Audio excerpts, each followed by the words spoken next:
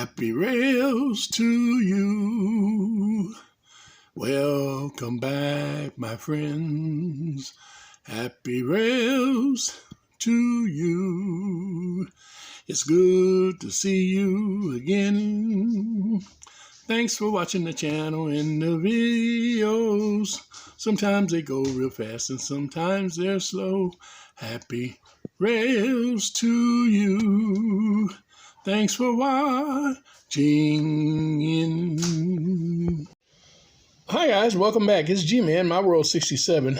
Well, what you're looking at is a Lionel number 1615. I believe I had mentioned one of these. Well, I know pretty much that I'd mentioned one of these. There's several different numbers and two or three different types of the same engine. The last variation being the 8310, which is the one that I just redid and made it a 310 engine, an 040, which the 8310 is the 240. And there's a couple after that, the newer ones that they've done, they're all 240s. But the 1615 is a post-war engine, and it's the predecessor to the, I think it was the 234 or 232, something like that, or 223. And there were a couple other ones in between that. One of them, I believe, might have been a 1616, and another one. I can't remember now. But anyway, and this is the engine that set me off on the quest to have one of these 040s of the old type engine. We're going to take a look at it here. This engine was sent to me, a friend of mine who just inherited a small collection of trains, his uncle's, I believe he said. This engine was not running, real gritty, and I saw pictures of all of them, and they were all kind of really dirty. But this engine in particular was not running, but it was complete and just really, really dirty. It had some minor problems. The clearance lights were broke off on it. I replaced them, and I'll tell you about that in a minute.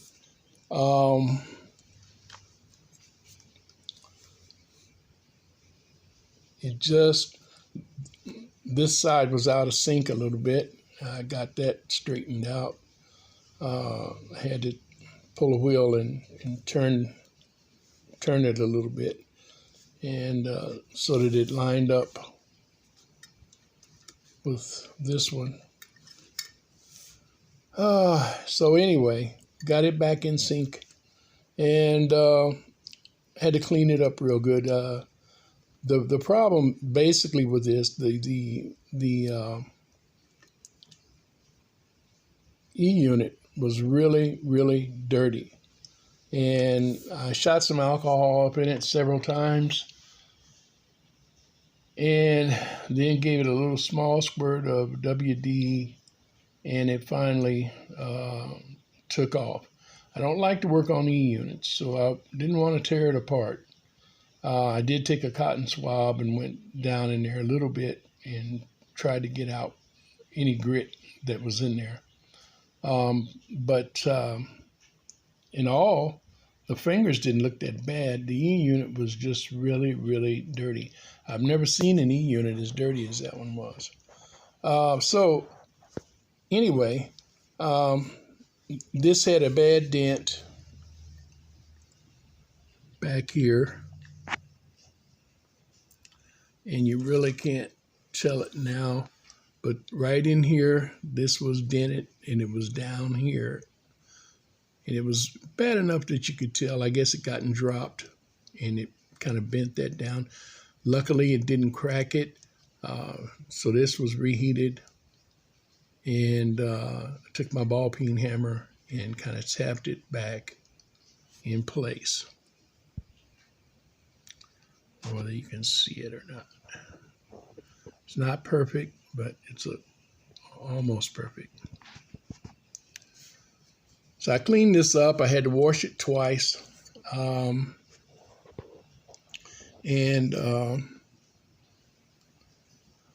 It came out really nice. I then took and I sprayed, I touched it up. It had some bare places where paint was missing.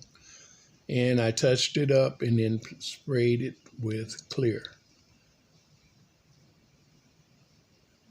Now, I used to use the gloss all the time, but I don't use the gloss anymore. I use the semi-gloss or the satin now. That gives it more of a sheen like it had when it was new. And this engine really looks good.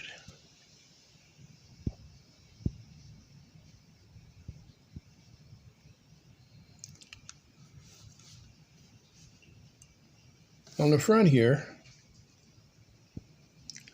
these two were missing. Well, I have jewelry eyelets. I usually have actual clearance lights I could put back in, but I don't have any more. Hadn't bought any for 2 or 3 years, I guess. Hadn't had a need for them.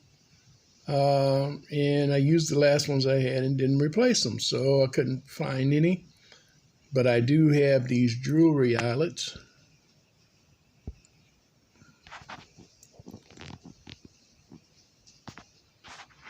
And these are what you use on jewelry to link it together, to hold your hoops on bracelets, necklaces, pendants, so forth and so on. And so what I do is I take them, I can't get you a really clear picture.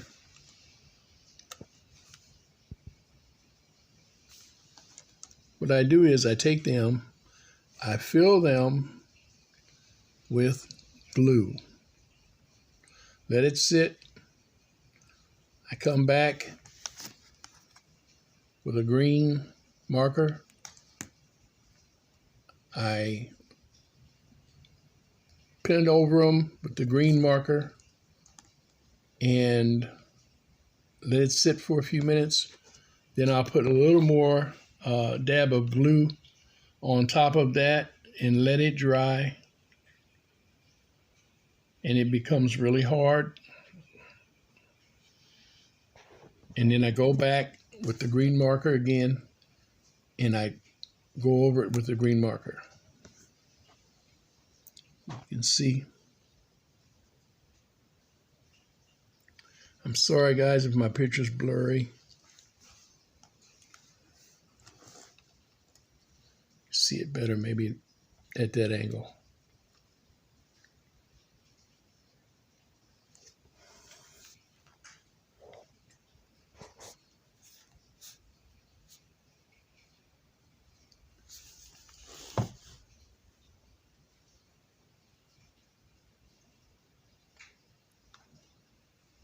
Just kind of a blur, huh? But anyway, I placed them in place with super glue or crazy glue.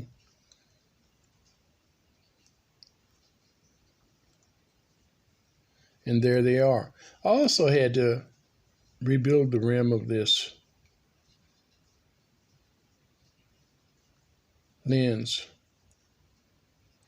It was chipped up and broke off. And so I rebuilt it with glue. Used my trusty old testers. And then filed it all down after it got dried and hard.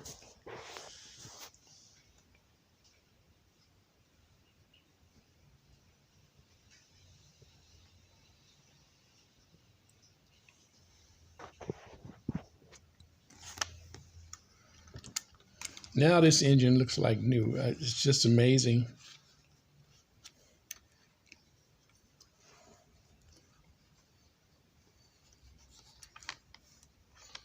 Hope this picture comes out clear.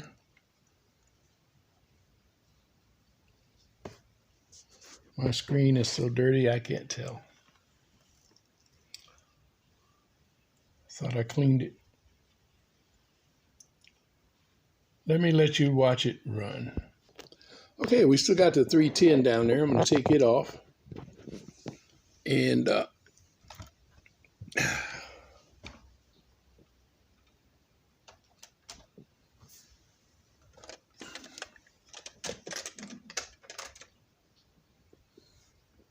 get this plugged up. Okay, here we go.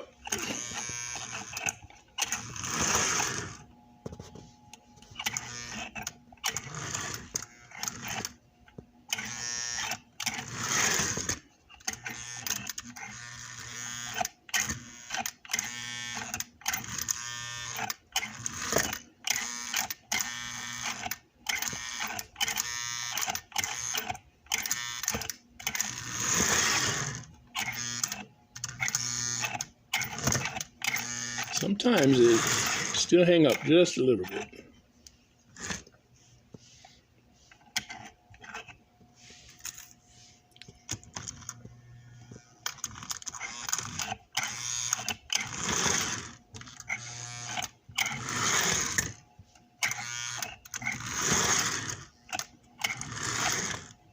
But once I get it on the layout and run it around for a little while, that'll work out of it.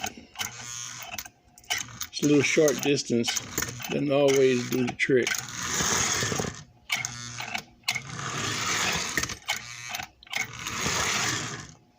I'm out of WD. Oh, sorry about that. Alrighty. Anyway, I just wanted to show that with you, to you. Kind of document it. 1615 Lionel. One of the best pulling switchers that I know exists. And the 310 is stronger than what I thought it would be, given what it is. But as a predecessor to the 1650, the 310, when I got done with it, is a pretty strong equal to its older generation. All right, guys. That's all I have for you in this video. Stay tuned, though. There'll be another one this weekend. All right. God bless. Bye for now. Remember, God loves you, and Jesus Christ is Lord. This has been a Catzilla production. Bye.